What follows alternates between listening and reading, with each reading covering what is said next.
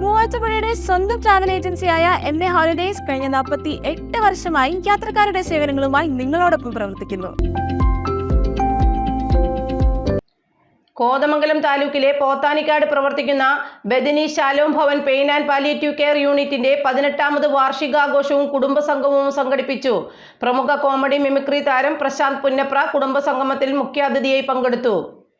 കോതമംഗലം താലൂക്കിലെ പോത്താനിക്കാട് പ്രവർത്തിക്കുന്ന Bethany Shalom Bhavan pain and palliative care സെന്ററിന്റെ 18ാമത് വാർഷികാഘോഷവും കുടുംബസംഗമവുമാണ് നടന്നത്.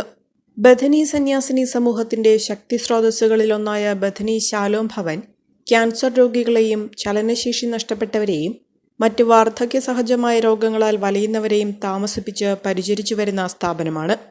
കുടുംബസംഗമത്തോടനുബന്ധിച്ച് വിവിധ കലാപരിപാടികൾ ചടങ്ങിൽ അവതരിപ്പിച്ചു.